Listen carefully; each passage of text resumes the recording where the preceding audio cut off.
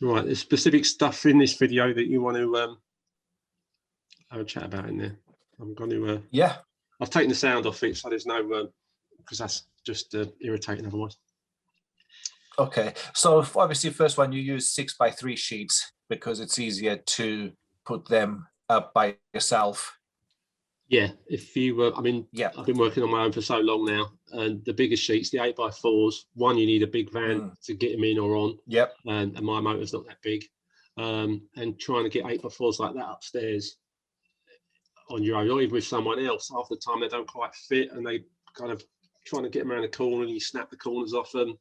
And I think I've said in one of my other videos, you really chance damaging the decor in someone's house if you're going up through their hall stairs and landing, and you kind of catch the wallpaper and you rip it, or and you kind of think, oh, sure, what do I do? So much easier to work with. So on the floor there, I see in some of your other videos you put down the clear plastic and you tape that. Is that what you did on this one as well?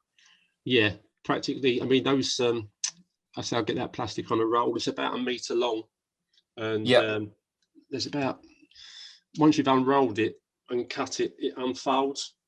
So basically, I take it along the length of the room, cut it off, and then by the time I open it out, most rooms it will cover it in one piece. It will cover it, and then tape it around the edges on a carpet. It's fantastic.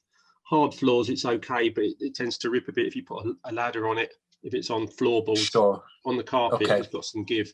So that's fairly good stuff. But it's about 20 quid a roll. But it's worth it, because at the end, sometimes it takes a little while to get it stuck down, but at the end you just pick it all up and you're finished, and it looks lovely and clean.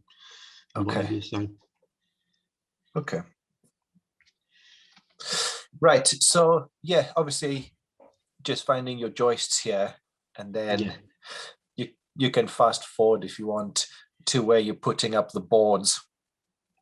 All right, okay, you've seen this string line stuff there, because I didn't have a lot of chalk when I was doing that, but it basically shows you exactly where the center of them is then. It's funny because in the ones that I've done by myself, I use the chalk, but sometimes I work with another plasterer and he doesn't, but it makes life so much harder not working with it. I can't understand why we don't, but there you go. Okay, so you've measured out your joints and you're going to put your first board up. Right, hang on a minute, I'll take it forward. Okay. Do you ever have a struggle putting those lights back on? What, getting them back up into the hole? Yeah. Only as much as I do with any of those lights, because they've got the springs on the sides. Making sure you got the knack of trying to get those in. I mean, they never go up really easy. It's always a bit of a struggle to push the springs in and get the things to pop up. But as long as you've not got too much thickness there, because some old ceilings, I've loved and plaster ceilings, they can be like this. And by the time you stick plasterboard on it as well, the springs aren't kind of big enough to get up and clamp down on the top. Sure. But, that doesn't happen that often. But. Okay. So, Eric, here, obviously most houses aren't square. So do you try keep your edges tight, because this house doesn't have coving? And I'm not sure, some houses I have found, and I'm talking, a prime example is my house. I did have coving. I have overboarded it, but sometimes it starts, cracking in those corners, especially when I overboard it. Do you push these boards as flush as you can to the edge of the walls?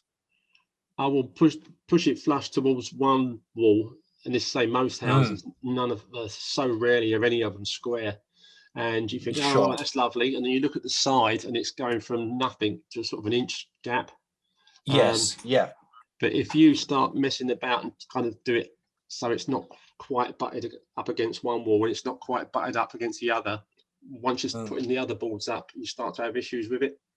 So you're better off to just put the first one either tight against one wall, doesn't matter what gap there is on the other part, or obviously tight against the other one, and then just work to that. Then you bring your boards go up square, I'd rather have a gap around the edge. That's like the wall edge. I can fill in with some bonding.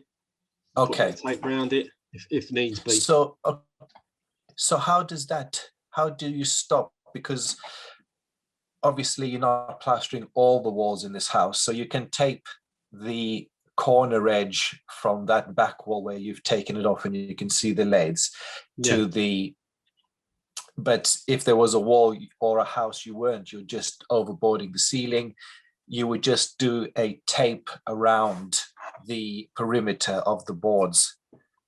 I only put a tape around the perimeter. Sometimes I'll butt a tape up against the wall.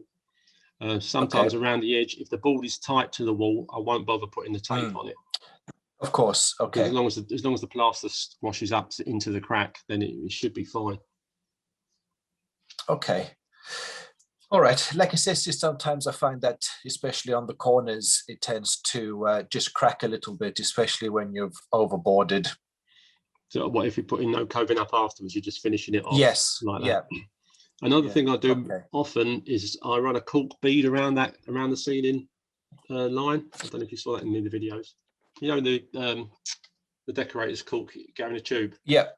Yeah. The flexible stuff. Especially if I'm just doing a ceiling, I will, once it's all finished, I will run a bead of filler basically around that bit that cracks. Okay. And generally then that stops it cracking. Right. Okay. Yeah. So here, this is you just putting on your bonding. Yeah, that the part underneath there, that was it wasn't that stable. It's fairly knackered as well. That bit of ceiling under there in the bay window. So and that's why you boarded it. That's why I boarded over the top of it. And then just bonded the front. Okay. So in this video, you can see right there, you've put the tape only on that one section at the back. So you've taped the join. And you've so was there a slight gap there? Exactly, which is the only reason why it's only going across that small area, is because that's the only place there was a bit of a gap. The rest of it was quite tight. Okay. And so here you're putting on your corner beading. So do you always put the corner beading on with bonding? Because I saw in one of your videos you used the fast miter for the glue, and then I saw the render video. You had said, don't try this if you're an amateur, because if you knock it, it's all coming out. Well, with obviously the render bead, you've got like here, I can't remember if this is a render bead going on here. No, still it's just. No, I think this is just normal corner bead. Normal bead, plasterboard bead. If you put that, when you glue them on, if there's any kind of dips in the wall, only slight dips, then the more finish you have to put on when you're doing the job. So if I stick those on with a miter glue and then just put finish on, I will probably use more finish. If you do this with bonding, that you can see it kind of fills that void in, because all this the space this bonding is taking up would be finish. So that's that much extra finish you would have to do to go around your beads, if that makes sense. Okay. Do you bond all your corner beads? No, a lot of them I will still stick on for speed with the miter glue. Okay. As long as I've got as long as they're fairly square. If the original line that's there is really wonky and you haven't pushed the bead in and it's bending, obviously you don't want to try and stick that with glue. It's best to put the plaster on, and you can make the bead level, which obviously you can't do if it's out and you're just sticking it on with glue. You've got no maneuverability with it. Okay. So normal practice for me is I'll stick all my beads on with bonding probably the day before when I'm doing. If it's a big job and I'm doing a lot of prep work, I'll do all my PVA in. If I'm boarding like this, I get the boards done. I put all the joint tape on, and get it ready to go. So that was going to be my next question. Obviously, because I know you use neat PVA. If you've gone to a job, and this is where I think I was really wanted to ask, was if you went to a job, say it's a job like that, is this just a day job for yourself? This would be done in a day. What I'm doing here? No, this was over a couple of days. Okay, so when you do it, you would do the PVA and, like you said, all the boarding, the taping, and possibly the bonding all in a day. and then the next day you would come through and put on the finish. Yeah, I mean, when it comes to the overboarding the ceiling, depending how big it is, and by the time you've looked for the joists and all the rest of it, you could basically spend the whole day just getting the ceiling boarded, which means then the following day you've got to put your bonding on, your tape. You can go over bonding obviously the same day. Again, if it gets to that point where I've got all the bonding on, the beads, all the tape on, and it's getting a bit late, if it's like 4 o'clock, I don't want to mix up stuff and be there till gone 6 before I leave. So I think you can go, of course. It's already now in the morning. The PVA will all be dry. I know the bonding, it'll all be good, and I can just get there the next morning, start mixing up finish, which was what I did on the job today, and crack on with it. In the video with the stairwell where you PVA'd the walls, was that a day job, or was that again you PVA'd the walls first, then you came back the next day and then you skimmed it? I think that particular one, I skimmed it the same day as I PVA'd it. Okay, so obviously first thing. Using neat PVA takes a bit longer to dry rather than a watered down mix. Do you then skim it while it's still quite tacky, or do you leave it to completely dry? I try to leave it until it's dry to the touch. Yeah. Okay. And do you ever get those like snots? I don't know what you like, little from the PVA using it neat, where you can see a little bit of like stringy glue in the finish. Only if it hasn't fully dried. Only if the PVA's got any kind of skin on it when you're rolling it on. Although I use it neat, I do really work it in well with a roller. I don't just kind of like whack it over it once and it's just hanging there thick and kind of blobby, although it's quite thick in my bucket, I am kind of spreading it out, I suppose. Sure. Rather than Okay. Sorry, Eric, can you just go back, because I just wanted you to explain this next process to me, because all right, so that's fine. Sorry. So obviously you're skimming here and this is your first coat. Yeah. Yep. So, okay, we'll just we can go a bit forwards, just to when you just started. Because on this video you used your speed skim halfway, didn't you? You flattened that off and then you did the other half. Yeah, it purely depends how you're feeling. You can whack a whole ceiling on and how big the ceiling is, and then which I did yesterday on a job, and then just take the whole thing up, the speed skim over it, or you can you can do half and think, I'll run the speed skim over that and then I'll do the second half. But it's just much of a muchness, really. Depends what kind of mood you're in. Of course. On this one, so this your first coat, you've used the plastic blade. Yeah. Yep. And is it relatively open, or is it quite close to the ceiling on your speed skim? When I'm hang on, let's just pause that a second. You've got the first coat you've put up there, when you're taking the plastic blade speed skim over it, you do hold it quite flat as opposed to too much of an angle. If you've got too much of an angle on it, you can kind of be scraping it, which you don't want to be doing. You want to be if you're pushing it up and on more, if that makes sense. So you're not trying to take any of it off. You're trying to flatten it out. And it's while it is soaking wet like that, if you have it too much of an angle, you'll just kind of drag a load of it off. And so anything that does come off, it will just be those high spots, but really a speed skim is, you don't want anything coming off. You want as little of the finish on the speed skim as possible. Ideally, yeah. Okay, cool. Okay. And then you usually mix a big bag, don't you, or a big mix to do your second coat? If I'm like this ceiling, my second coat is watering down what I've got left of the first one. Yep. Which again, you need to, because you're using a lot less for that second coat, and it goes on very tight. Which, I'm not doing it this bit here, but I mix up enough generally that I can do that. Like a ceiling like this, most ceilings, if they're a fair size, I'll do a bag and a half of gear. If they're a big ceiling and they might be a bit undulating, then I'll knock up 2 bags.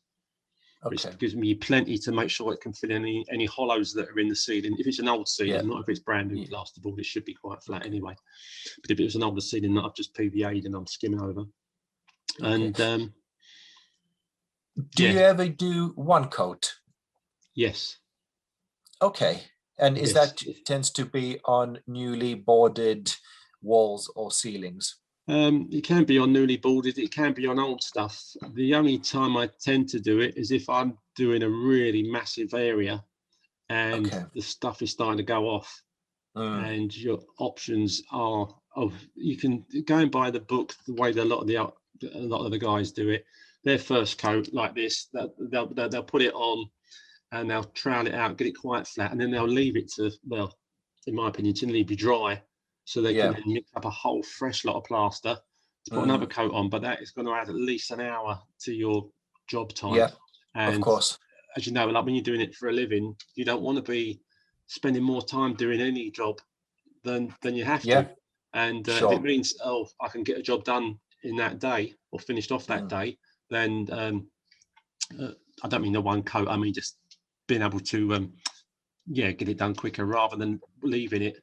I've never, because I was taught to water down what was left of my first coat and use that for the second coat from day one back in the 80s, whenever it was I started plastering. That's just the way I've always done it. So when I see guys going, it says 2 mixes on the bag, so let's mix up a fresh lot, and I kind of think, well, they're going off at different speeds then. I want my top coat, my second coat, to be going off the same speed as my first one. So it's still finished in the setting time rather than adding another hour to the setting time.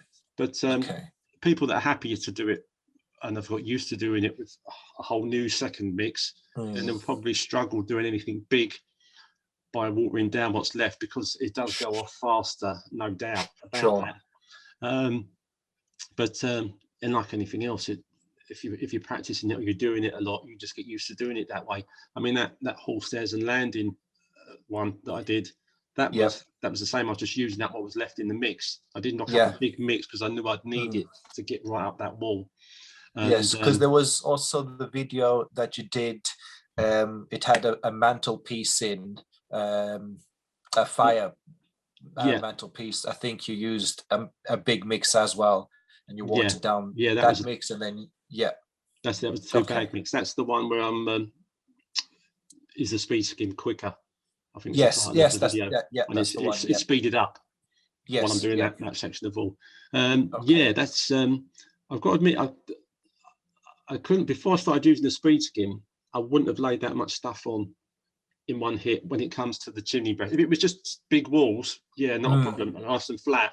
But when you're messing about with the angles around the chimney breast and in the alcove, and then a little bit across the other wall with the window wall, which I was also doing in that, I wouldn't normally go that far. But because you can get the stuff on, which is always the secret to plaster it, don't mess with it, get it on the wall, and then you flatten it out.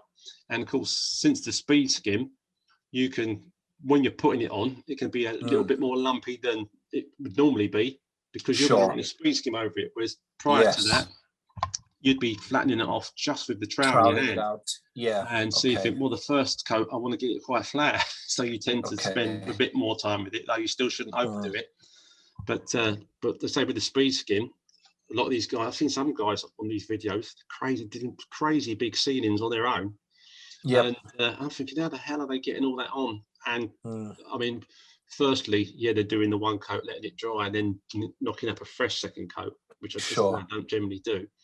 And then they're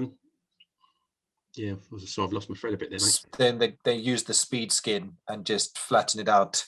So they're chucking it on a lot more bumpy than they normally would, just to get it on there fast, because that's the name of the game. And then running the speed skim over it. And if you're running it, I mean, I tend to stay on my stilts when I'm using the speed skim, like in this one. But it's definitely worth having the pole with the fitting. So the once attachment, the ceiling on, you can get down off your stilts or whatever platform you're using, and just walk along from the floor. And so that then just brings me to the next question. Now, obviously, the speed skin is something that was relatively new, and a lot of the old school plasterers won't entertain that idea.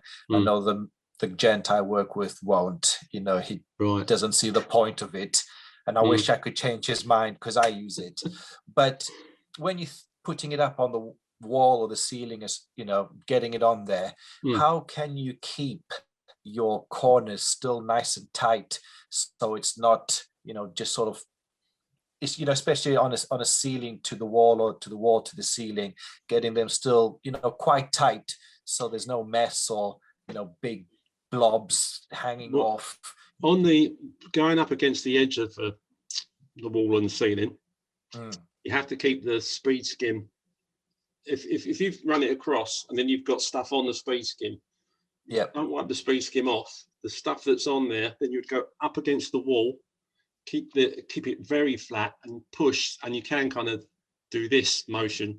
You have your hands. So like a slide side to side motion. Yeah, slide side to side and pushing, and then but keeping it nice and flat. Obviously not too flat, but as flat as you can keep it, and pulling. And as you push and put pressure on where the end of the blade would be, it helps to push the finish that is on the blade up against the wall, and then pull it towards you.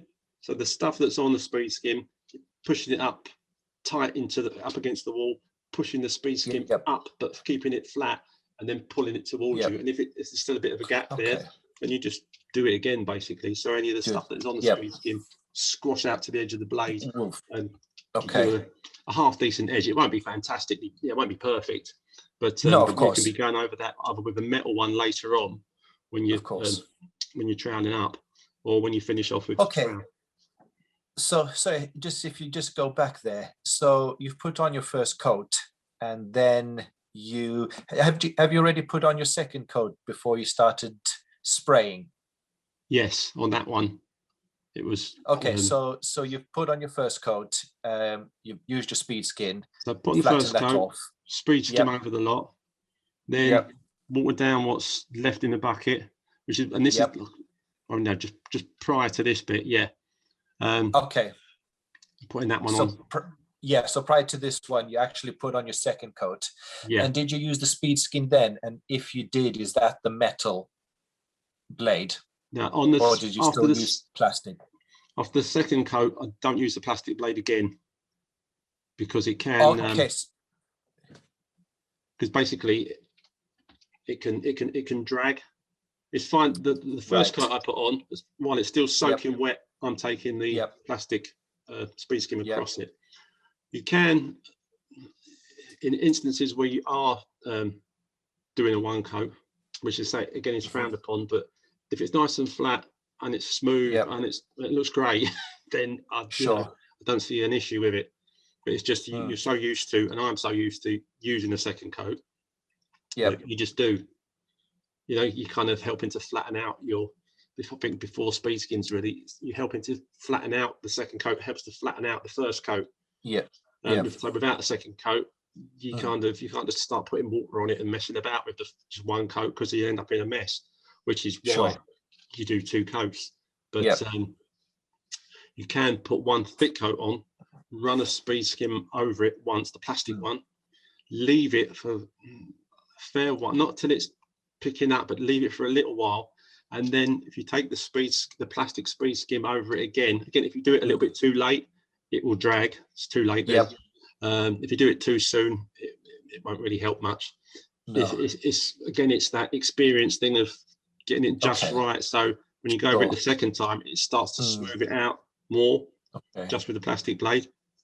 The metal blade. Go on. Don't ever use the metal blade on the first coat or on the second coat until you're thinking of, I need to start putting water on this. That's when I use the metal blade, because if you do it any sooner than that, you'll get blisters coming up all over the place. And it will slow down the set. So on here you put your second coat on, no speed skin, and you've obviously let this to go off a little bit, and now you use quite a large pump of water or spray of water and you've literally sprayed. Is that to liven the plaster back up now?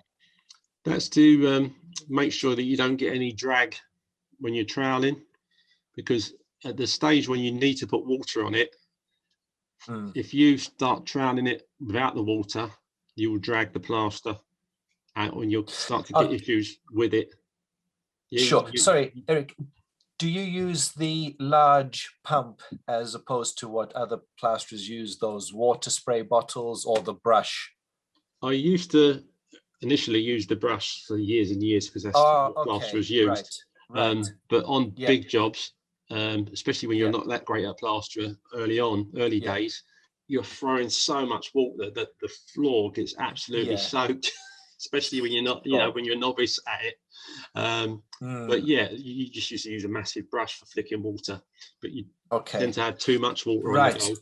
I went to the hand spray, which, if I'm honest, even now, you have to keep pumping the thing on the top of the hand. It's much easier to use that than the big one. But I saw guys using the bigger one and being able to go over a whole wall with it and then put it down and then trowel the wall up. Whereas with the little hand one, you do have to spray it, keep it in one hand and trowel with the other, spray a bit more, which I sometimes do that with the big one. But the big one allows you to maybe go over a whole ceiling in one go because of the amount of spray that's coming out of the bigger one. Put it down and then go up and down, troweling. Yeah, that's fine.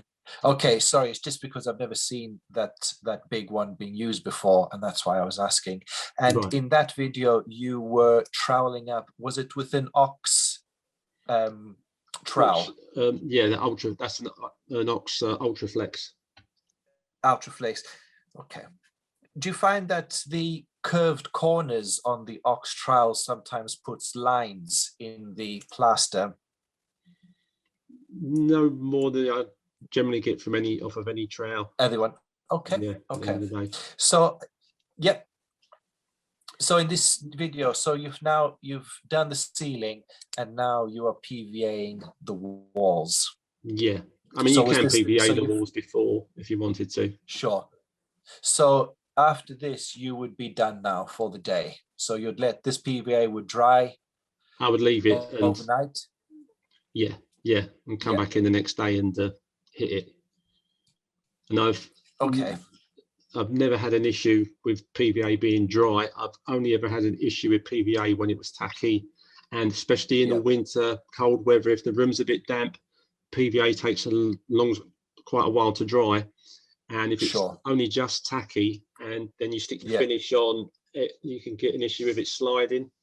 I don't know if you've ever seen that happen, but I have. You put a wall on and you think, that looks great, and you turn around or you do something else, you turn back and suddenly there's a big crack in it and you can see it very slowly sliding down the wall. And you can't play with that because it will just get worse. You have to leave it, but you obviously don't want that happening at all. That doesn't happen if your PVA is dry. If it's tacky and there's too much moisture in the room, it can cause you issues. So if I can get any of it done. I mean, the other guy, another subscriber that I mentioned in one of the videos on Ask the Plasterer, his whole he had a 7-room bungalow, if you included the kitchen and all the rest of it. And he PVA'd everything for me. And then I went in, I just stuck my beads on and cracked on with it. We did the whole bungalow and there was no issues with any of it.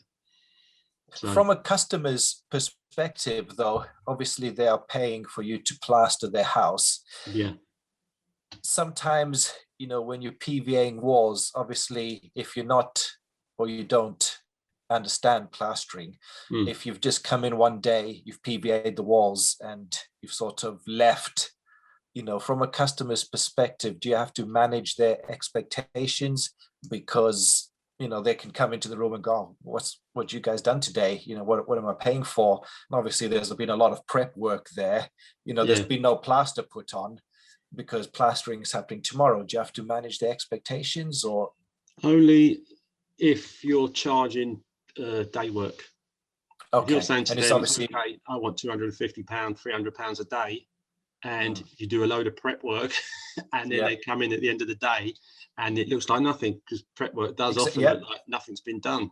You know, they see the walls a little bit shiny, really PVA'd everything. But if it's a fixed price for the job, then it's not an issue. They know what they're going to pay at the end.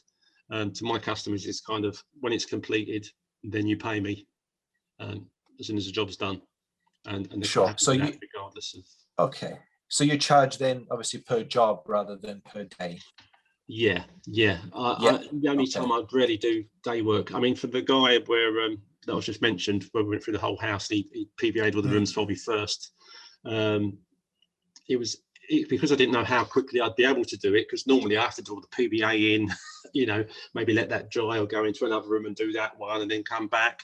But because he was doing the PVA for me, I didn't really know how quickly we could do it. I mean, it saved us about 4 days at the end of the job. So that gave me an issue then pricing it. So I said, look, the best thing I can do is charge you a day rate. If you PVA everything, I'll just come in and I'll crack out X amount, that I'll see what we can do in a day. As long as he was happy and I was happy, then Bob's your uncle. And that was the case. And it's absolutely fine with that. And I've been back and done some more work for him since, again on a day rate, because he wanted some external rendering done, which generally I don't do anymore. So they kind of like, oh, please. So we don't want anybody else to do it, because once any customer's got your trust, they don't really want to take the chance of getting in a different bloke. This is the same with any trade. At the end of the day, if you do a nice job for people and they're happy, when they need some more of that job doing, they think, well, I'd rather use Norman or Eric than some bloke I don't know, whose work I haven't seen before, and I don't know if he's gonna do a decent job. But so did I answer on the last bit, when you put the bonding on, you didn't scratch it. Do you normally not scratch your bonding? No, I haven't scratched bonding since, or like devil it up, you mean? So it's got the kind of circle scratched in it. I haven't done that since, for at least 20 years. If you were and if you did maybe a full room, would you do it, or would you also just not bother? No, I'd not bother, as long as I get the bonding flat. Because there's such a tight chemical bond between the skim and the bonding. The key, because the idea is, it's a key, so it helps the plaster to grip. But when you put the chemical key between finish and bonding, when you stick the finish onto bonding, there's no way it's coming apart unless you do something majorly wrong. You know, of course, it's frozen, and then you've plastered over frozen bonding, and obviously then it's melted, and then there's an issue with the finish cracking off. But I don't bother doing that. I only do that with render. Any sand cement work I'm doing, and I think the last video in that as well, I devil that up, because you're compressing it. And I think, well, while I'm compressing it, I might as well put a key in it for the finish to stick to. And it'll definitely key to that. I'll speak to you on Monday. All right, mate. Look forward to it. Have a good rest of the weekend. Yeah. Cheers for that, mate.